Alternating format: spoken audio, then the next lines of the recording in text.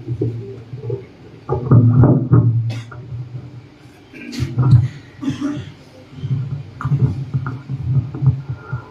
বিল্লাহি মিনাশ শাইতানির রাজিম।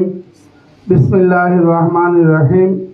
বাংলাদেশ কোরআন সুন্নাহ পরিষদ কাতার কর্তৃক আয়োজিত বিশ্ব বরেণ্য মুফাসসিরে কোরআন শহীদ আল্লামা দেলোয়ার হোসেন সাঈদীর কর্ম এবং জীবনের উপরে আলোচনা সবার পরম শ্রদ্ধাভাজন সভাপতি, এখানে উপস্থিত রয়েছে বিশ্ব বরেণ্য আলেমবৃন্দ, আমার সামনে বসা বিভিন্ন পর্যায়ে দায়িত্বশীল ভাই সব, আসসালামু আলাইকুম ওয়া রাহমাতুল্লাহ।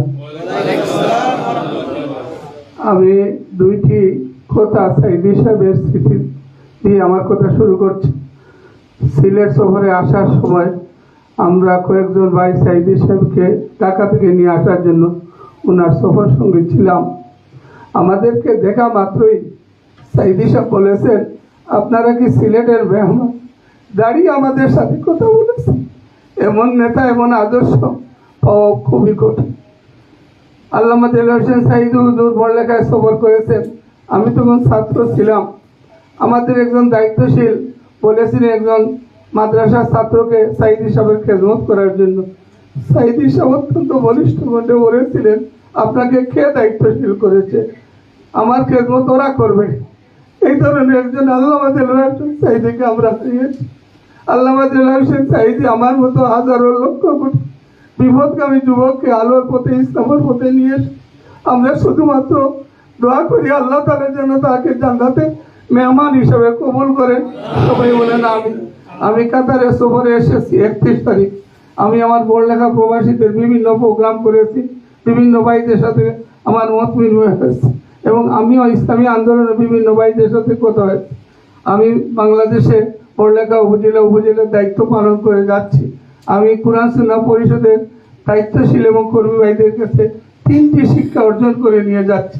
একটা হচ্ছে নেতৃত্বের প্রতি আনুগত্য এবং আন্তরিকতার সাথে সংগঠন পরিচালনা করা, আর বিশেষ করে গতিশীল কাজ কর্ম পরিচালনা করা।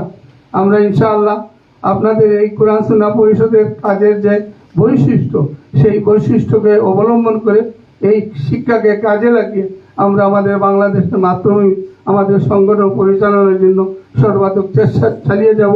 পরিশেষে সকলের সুস্বাস্থ্য, সকলের নেক হায়াত কামনা করে আমার কথা শেষ করছি। ওয়া আখিরি দাওয়ানা আনিল হামদুলিল্লাহি রাব্বিল আলামিন। আসসালামু আলাইকুম ওয়া রাহমাতুল্লাহ।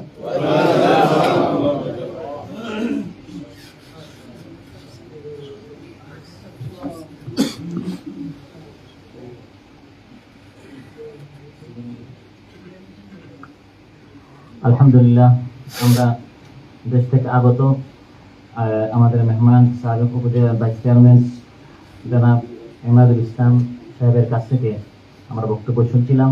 সম্মানিত উপস্থিতি, এখন আমরা আমাদের আজকের এই অনুষ্ঠানের একবার শেষ পর্যায়ে চলে আসছি।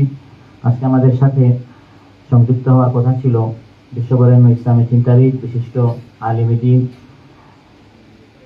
কাজী মুফতি ইব্রাহিম সাহেব, কিন্তু শারীরিকভাবে অসুস্থ এবং ক্লান্ত থাকার কারণে তিনি আজকে আমাদের সাথে সংযুক্ত হতে পারেননি। এখন আমাদের সামনে সমাপনী বক্তব্য নিয়ে আসছেন বাংলাদেশ কোরআন সুন্নাহ পরিষদের কেন্দ্রীয় সভাপতি, যোগ্য আলিম দ্বীন, বিশিষ্ট ইসলামী চিন্তাবিদ হাফেজ মাওলানা আনোয়ারুল ইসলাম। আমি মুহতারাম আনোয়ারুল ইসলাম সাহেবকে আমাদের উদ্দেশ্যে সমাপনী বক্তব্য নিয়ে আসার জন্য অনুরোধ জানাচ্ছি।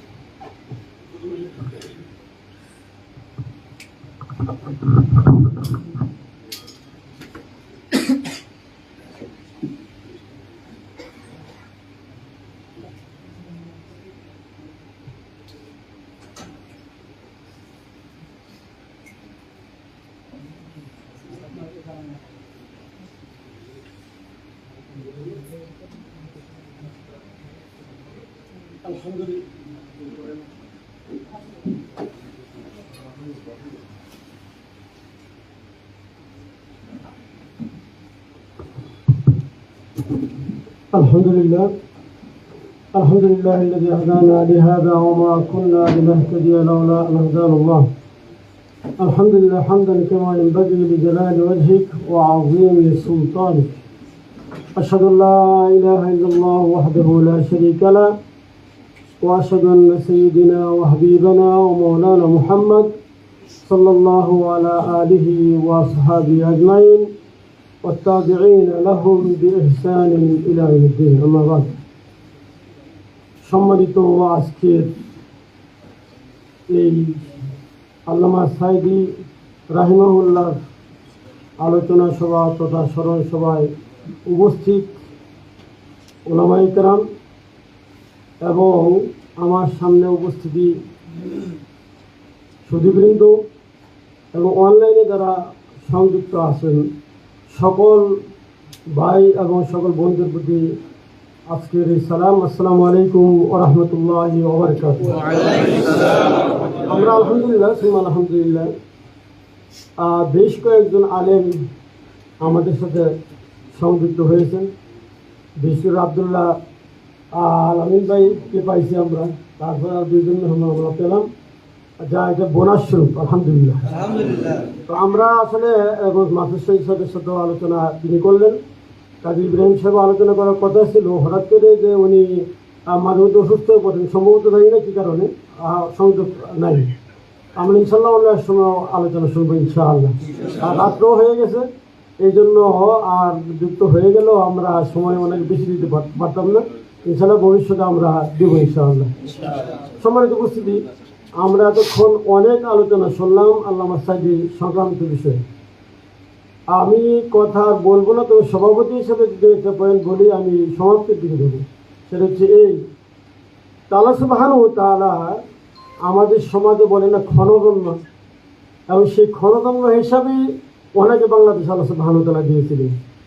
এবং যে বিষয়গুলো একটু আলোচনায় আসছেন, তিনি মুস্তাহিদ যদি কেউ ঘোষণা করুক আর নাই করুক, যে কাজগুলো তিনি করে গেছেন নতুন সৃষ্টি, সেটা কিন্তু উনি করে গেছেন। বলে সুবহানাল্লাহ। কীভাবে করছেন? যে আমাদের দেশে মুরব্বীরা করেন না, আমাদের যে মুরব্বী তারা বলছেন বিভিন্ন আলোচনায়, আপনারা হয়তো খেয়াল করবেন যে আলোচনা ওয়াজ মাহফিল কেবলমাত্র বিভিন্ন আপনার কবিতা অথবা বিভিন্ন ইতিহাস অথবা বিভিন্ন গল্পগুজব দিয়েই শেষ করা হতো, অথবা গল্প কাহিনী দিয়ে। কিন্তু আল্লামা সাইদি রাহিমাহুল্লাহ তিনি এমন এক ব্যক্তিত্ব ছিল, কোরআন দিয়ে তাফসীর করার যেই অবস্থাটা সেটা তিনি সৃষ্টি করে গেছেন। আমরা মাহবুদের দরবারে এই প্রার্থনাই করবো, আল্লাহ সুবহানাহু ওয়া তাআলা যেন এই সদকা জারিয়াটা কবুল করে। যিনি আমাদের সাবেক একজন বক্তা বললেন যে এই যে আজকে যারা তার অনুসরণ করতেছেন, যারা তার সাথে আছেন, এবং যারা এই যে অনেকে সাইদি সাহেবের টুপি নকল করেন, কেউ বা পোশাক নকল করেন, কেউ বা কণ্ঠ নকল করেন, আলহামদুলিল্লাহ আমরা তাদের জন্য দোয়া করি সাইদি সাহেবের মতো হোক, ঠিক আছে না? তবে এই প্রার্থনাও করবো যে আল্লামা সাইদি রাহিমাহুল্লাহ তিনি দিন থেকে, সংগঠন থেকে, আন্দোলন থেকে জীবনের একটা মুহূর্ত পর্যন্ত